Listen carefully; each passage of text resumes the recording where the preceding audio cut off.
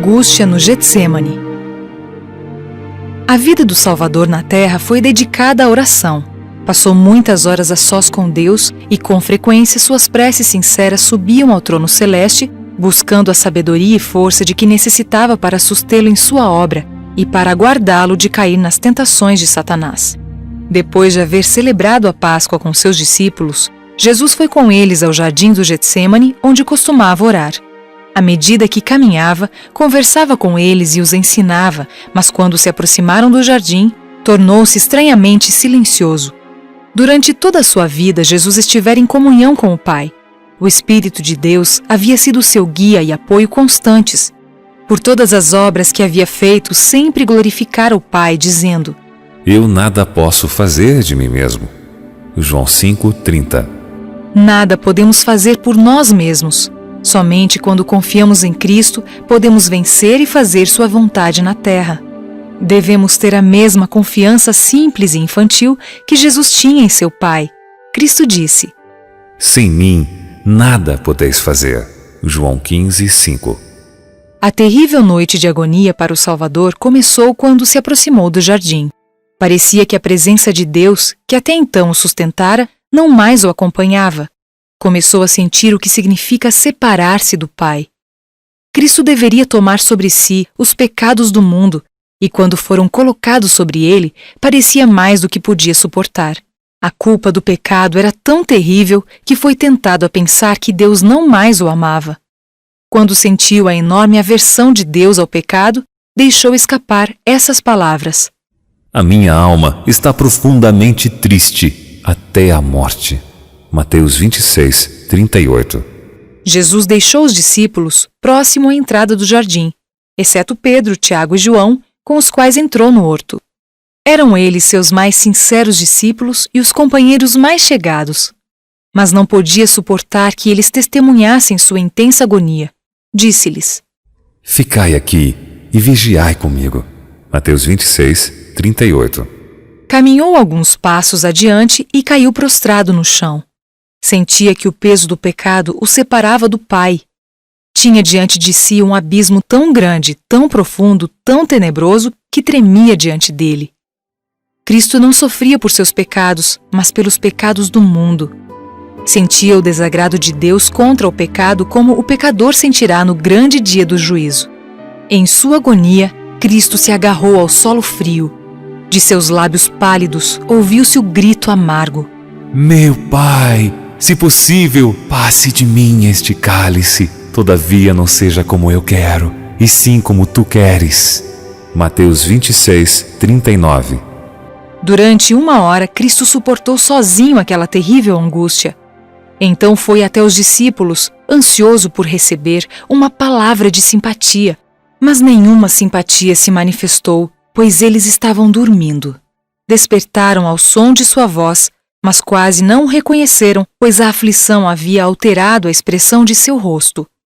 Dirigindo-se a Pedro, perguntou: Simão, tu dormes? Não pudeste vigiar nenhuma hora? Marcos 14:37. Pouco antes de irem ao jardim, Cristo disse aos discípulos: Todos vós vos escandalizareis. Marcos 14:27. Eles então lhe asseguraram com veemência que iriam com Jesus à prisão e à morte.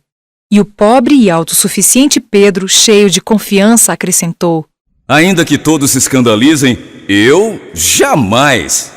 Marcos 14:29. Mas os discípulos confiavam em si mesmos. Não olharam para o poderoso ajudador como Cristo lhes aconselhara a fazer.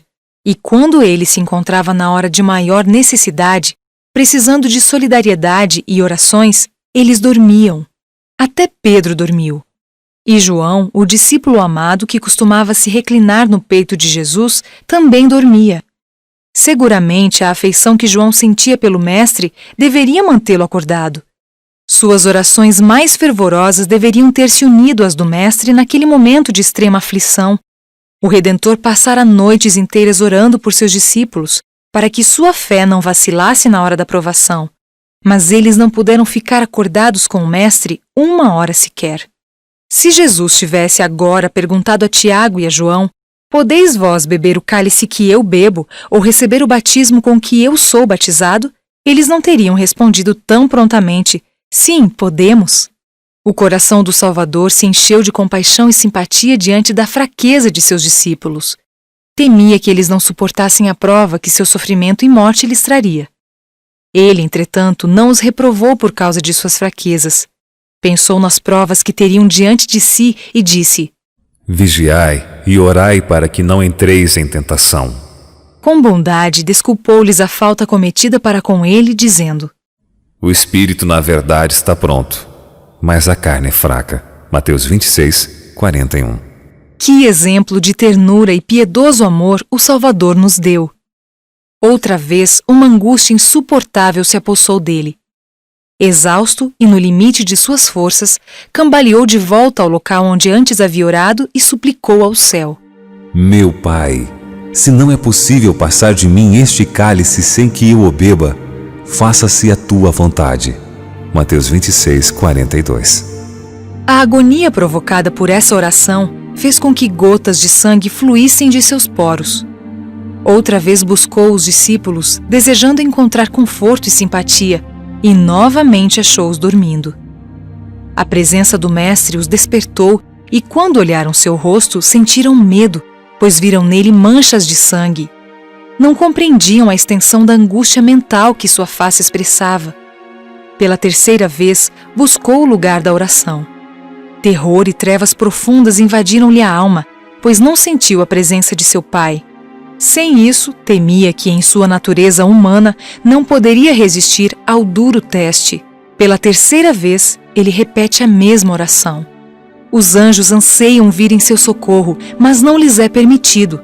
O Filho de Deus deve beber essa taça, ou o mundo se perderá para sempre.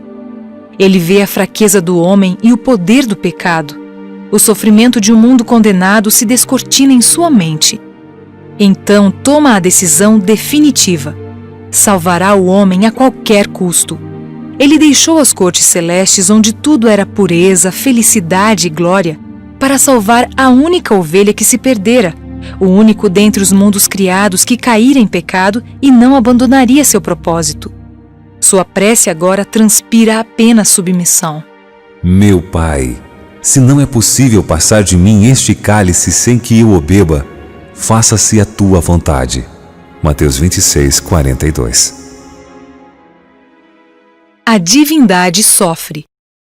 O Salvador cai desfalecido ao solo. Nenhum discípulo se encontra ali para ampará-lo, para erguer ternamente sua cabeça e banhar aquele rosto tão pálido pelo sofrimento. Cristo está completamente só, mas Deus sofre com seu Filho. Anjos contemplam-lhe a agonia e no céu se faz completo silêncio. Não se ouve nenhum som de harpa. Pudessem os homens perceber o espanto dos anjos celestes ao contemplarem com mudo pesar o Pai retirando de seu amado Filho os raios de luz, amor e glória, então compreenderiam melhor quão ofensivo é ao pecado à vista de Deus. Um poderoso anjo desce do céu para confortá-lo. Ergue a cabeça do divino sofredor, apoiando-a em seu peito, e aponta para o céu. Diz-lhe que havia vencido a Satanás e, como resultado, milhões estariam com ele em seu reino de glória. O rosto do Salvador manchado de sangue reflete agora a paz celestial. Ele suportou o que nenhum ser humano poderia suportar. Experimentou a agonia da morte no lugar de cada pecador. Outra vez procurou os discípulos e encontrou-os dormindo. Tivessem eles permanecido despertos, vigiando e orando com o Salvador, teriam recebido forças para suportar a prova que os aguardava. Perdendo aquela oportunidade, não tiveram forças na hora da necessidade. Olhando-os com tristeza, Cristo disse: Ainda dormis e repousais. Eis que é chegada a hora, e o Filho do Homem está sendo entregue nas mãos de pecadores. Mateus 26, 45. Falava ele ainda quando se ouviram os passos da turba que se aproximava em sua busca. Voltando-se para os discípulos, disse: Levantai-vos, vamos, eis que o traidor se aproxima. Mateus 26, 46.